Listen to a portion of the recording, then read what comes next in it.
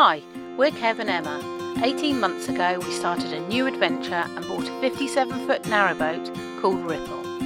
Why not join us and watch our highs and lows, the renovations and changes we've made, the clever storage that's been created, and find out what it's really like living and working full-time aboard a narrowboat with 2 dogs while exploring the waterways of our beautiful country. Good morning. Morning. Start of another wonderful cruise. We have been here, well, a little bit further back, but basically here, the Barley Mow was the pub where we met up with Paul and Liz from Upon Reflection. Lindsay and Paul came with us, so the 6 of us had an evening in the pub. Well, it was supposed to be a few hours in the afternoon. Couple of hours in the afternoon. We met at the pub about, well, we went to the pub just after 3. And I think we got home, if I remember rightly, about 10:30. Yeah. So it was a bit longer than we anticipated, but oh my goodness, we had fun. It was really good to catch up with them, yeah, it was an evening full of laughs. So today we are moving, and we're just about to go through the shortest tunnel I think we have ever been through. New Bold Tunnel, this is? New Bold Tunnel. I don't think I'll even have to speed it up on the bow camera. No. It says that it takes 2 minutes. 2 minutes. Travel time. I have put the headlights on. 2 minutes. I don't know why, but... And it's a tunnel that you can walk through. So it's one of the first tunnels that, in fact, it's the first tunnel, isn't it? That we've come across, that we've been through, that you can walk through. So I brought the dogs down here the other day and thought, I'm going to walk through the tunnel. I mean, if it takes the boat 2 minutes, take us 2 minutes. I got halfway through the tunnel. I was a little bit frightened, even though it was only 2 minutes. It was very dark, didn't take a torch, stupidly. And then B, you'll see in a minute, about halfway through, Paul and Liz did say it is very, very, very drippy. It's kind of like it's raining in there. So here we go. Yeah, oh, there's somebody walking through. How great. Well, that was a pleasant surprise because actually it was not drippy at all. It's surprising, isn't it? It's surprising, a bit of dry weather, and I guess all of the ground wetness has ended. It was really, really wet. I said to Kev, we are going to get very wet going through the tunnel. It was really, really wet the other day, but we are stopping shortly, so because we need to get coal. We're going to stop off at a marina and pick up a few bags of coal. Haven't we? Yeah, we're going to stop off. How many are we getting? 4? No, probably get 5. 5 bags of coal. I'm a bit of a fanny with the coal, right? Because we got 2, you can't see them, but here and here, there's 2 buckets, big square bins. Boxes. And they go right down to the base plate. So I put 3 normal bags, 25 kilos, stood upright so that it's easy for me to drag out. But I think what I'm going to start doing is just laying them down flat so I can fit more in each bin, because I don't want to keep stopping for coal every couple of weeks. How long does a bag? I reckon I could fit 7-8 bags in between these 2 bins. So how long does a bag of coal last us? Is it about a day and a half? No, it's about 3 scuttles worth, so oh, okay, about 2 days. About 2 days. 2 and a bit days maybe. And we just need to make sure that we've always got it, because there would be nothing worse than letting the boat go cold. As you will have seen in previous vlogs, you know, when it gets cold, it can get really, really cold. So yeah, so today's job is to go and get some coal first before we go anywhere else.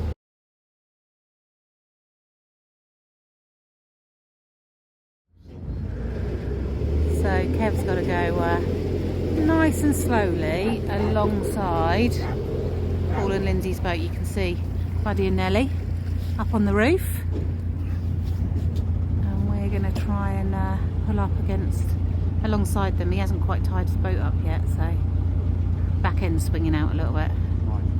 Can you drive for me? Yeah, so I'm going to drive. Kev's going to jump off and do the magic.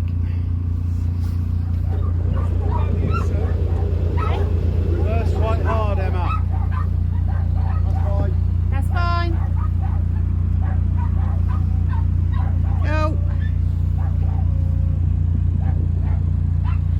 never done this twice before. Your face of concentration. Twice before. Once was Crick Boat Show, where you double moor. You're moored up against another boat, and then with Nathan, our friend Nathan, on the water point on the K&A at Bradford-on-Avon water point. We've shut the dogs inside, as you can hear. They're not happy, just because they'll think we've stopped and think that they can jump off. They're not like these lovely calm dogs here. Look at them, bless them. Ours will come out and jump around like loonies. So these are the bins that Kev was talking about. I've got one there and one there. You can see that actually if we lay the bags down, you'd fit far more coal in there. So I think that's what Kev's planning on doing once he buys the coal for us, so that we can fit as much as we can in there. Now I've chosen not to let the dogs up, and I'll tell you for why. Alfie normally jumps straight up onto the bins so that he can have a good look over the side, and there was one occasion, in fact there might have been two, where the lids were off, he didn't realise, and he ended up in the bin, bless him. The other thing to consider when you're picking up heavy things like coal is you have to still balance the boat, and it's something that I never really considered, but actually what you can't do is put 6 bags of coal on the starboard port side of the boat, and nothing on the other side, because obviously you're going to go down the canal like that. So you always have to kind of balance things out, and it's the same with your furniture. So things that people don't own boats might not consider. You know, on the left hand side of our boat we've got lots of heavy stuff.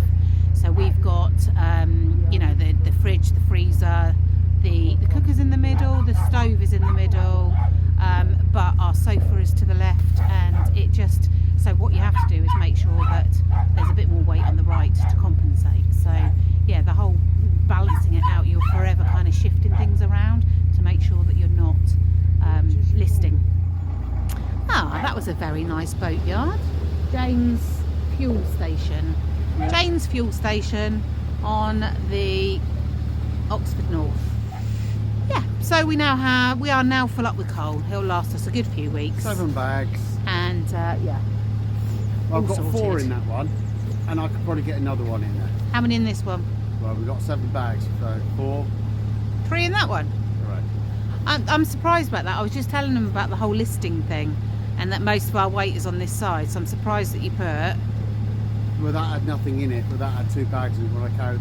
Bear in mind, I just walked it down a precarious walkway over 2 boats.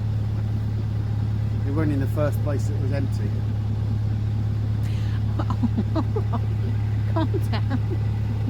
I just carried 125 kilos. You are my hero.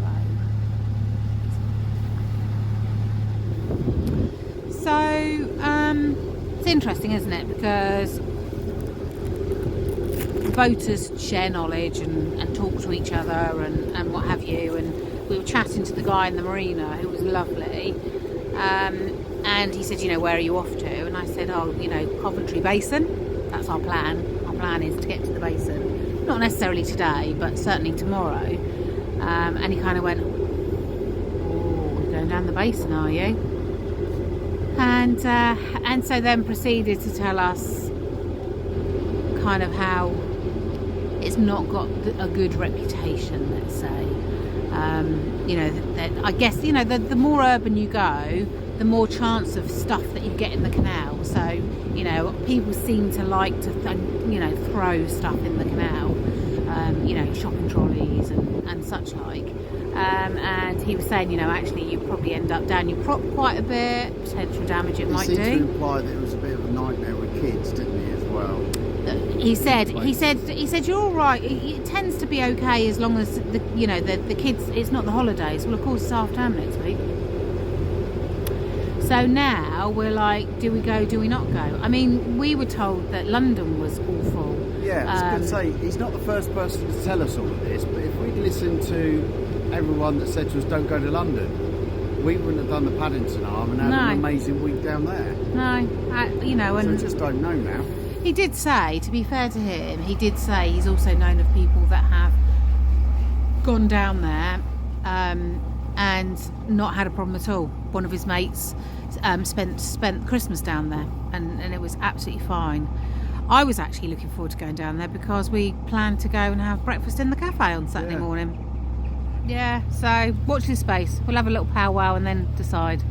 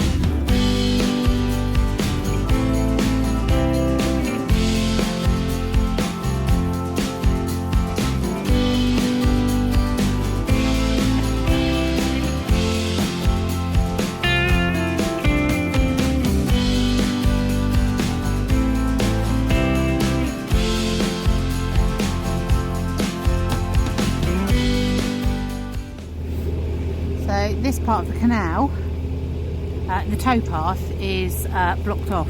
There's a gate one end, and I guess there's a gate further up. Yep, there's a barrier further up because they have had a bit of a landslide. Looks like they're trying to hold it back with some, what do they call those, gambions or something like that, don't they? They call These what? These things. Cages with big rocks in. That's Kev's No idea. technical term for them. But look at that. Aaron, if you're watching, let us know what those metal things are called. Big old landslide. Obviously not much of a tow path left.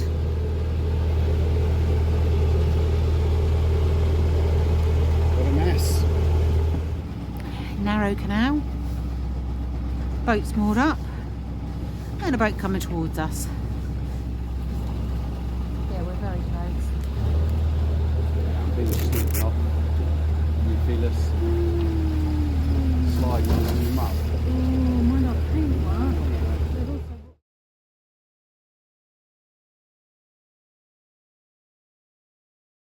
Just slow right down. Slow right down. Yes.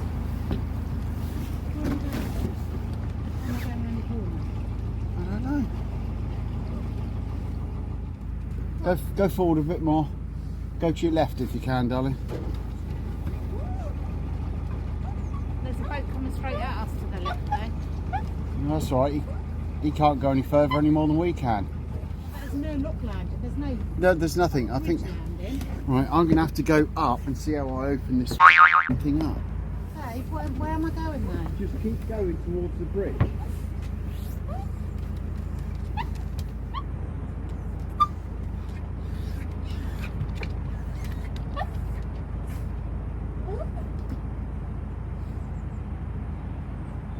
I mean, what are we going to do? Hey, What are we going to do? just keep going. Hopefully he's going to jump off first.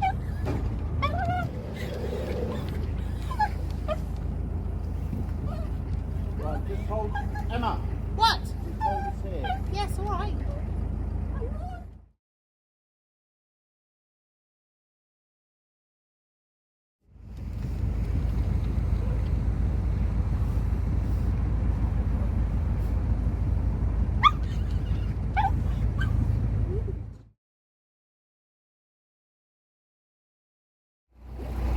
So this was a bit of a shock. We came around the corner and there's a little swing bridge there with the boat coming the other way, and Paul and Lindsay, and No lock landing. Right? no look, that lady there very kindly offered to, well, she didn't offer, I said, would you mind closing the swing bridge? That was very strange. It was like, where do we go? Where do we go? There's no bridge landing that other side for it, so we literally just had to hold it. Well done you, Bothering. I was like, well, where do we go? Do we go left? Do we go right? We couldn't go anywhere, could you? Couldn't go anywhere. Wind turbines, here's a discussion. Here's a topic of conversation. Now if I can get it there, look. Wind turbines on a boat.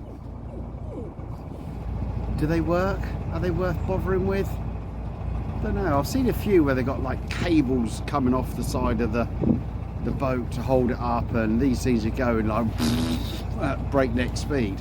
So Em's just pointed out something which I was actually unaware of, but now she said it, I'm probably more aware of it, that in every vlog that we do I make some kind of a sound effect like with a wind turbine. Hong hong.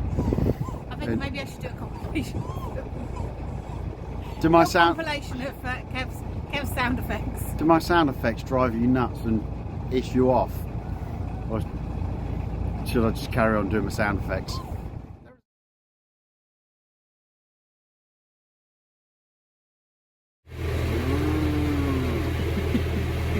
This Kev. Kev's talking to the cows because he thinks he can.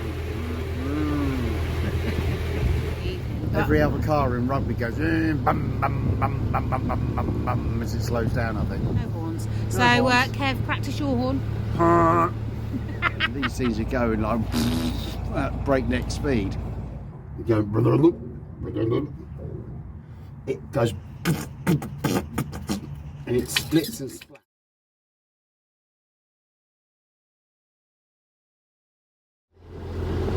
They're going to cute doggies.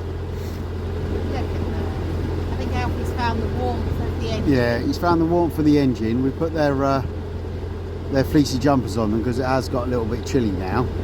But I'm doing this in stealth mode because the second you point the camera at Molly, she thinks she's having something or getting something, so she starts jumping around. She likes to perform. Yes, performing monkey. Although they don't look very alive, do they? Oh, Molly just moved ahead. Oh, there you go. So, Paul said that he'd quite like to stop about 3 o'clock, and it is 3 minutes to 3, and we are in the area that we plan to stop in. Anstey, what we have noticed is that the bridges are getting lower and lower, and so we need to be quite careful of our chimney. We kind of said earlier it's getting towards that time when we might need to consider taking the chimney off before we start cruising, because when you're on the wide canals, the bridges tend to be much taller, and of course once you get on the narrows, the bridges are much lower. So and you lost a chimney, didn't you, with Aaron? Yeah. So we've been there, done that, lost the chimney before. Oh, here we go. Moorings coming up. Looks like they're quite busy. They would be because there's a water point here. It's winter. Towpath looks okay. Let's see if there's a space for us beyond these boats. Oh, and that's the long-term moorings. Ah, okay. Can't moor here. Got more here. No more in here. Well, that's the first time that the canal app, Open Canal app, has let us down. It said that there was mooring in Anstey, but actually the mooring was, or most of the mooring was long-term mooring. So we haven't stopped, and now we're like, where are we going to stop now? I think it says no mooring again. And yeah, there's a sign there says no mooring. That's, Can't park here, mate. so you would have been quite nice. Yeah, we wanted to visit you, but we can't. We will press on and find somewhere else. Oh, look at that. Look at that. The canal, where does the canal end? And the fields start. The canal's obviously breached At some point. a little bit there. into And the now it's long-term horses moorings field. here. So, This is long-term moorings as well.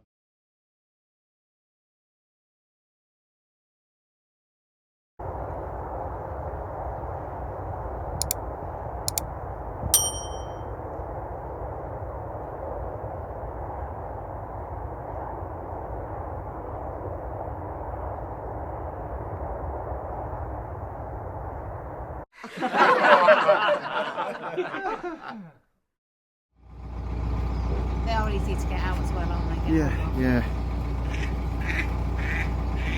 There it goes. Angry duck. Not happy. I'm a bit bored now. We're going through the same bit. Just a big long straight all the way up here, and it's the same either side.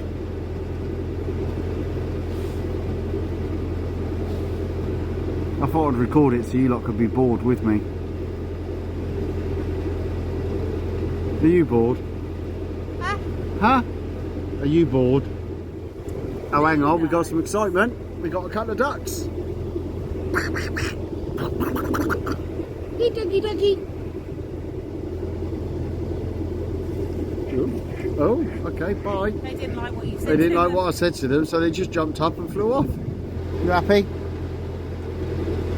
She's happy. I'm still bored. It's still the same. Train track and trees. Our camera footage so you can see the end of the train. Choo-hoo! So I'm sure that's all what you tune into a boat vlog for, to see trains. A boat vlog. They tune into a boat yeah. Start that one Your again. lips not working. They tune into, now I'm dribbling. They tune into a, fuck,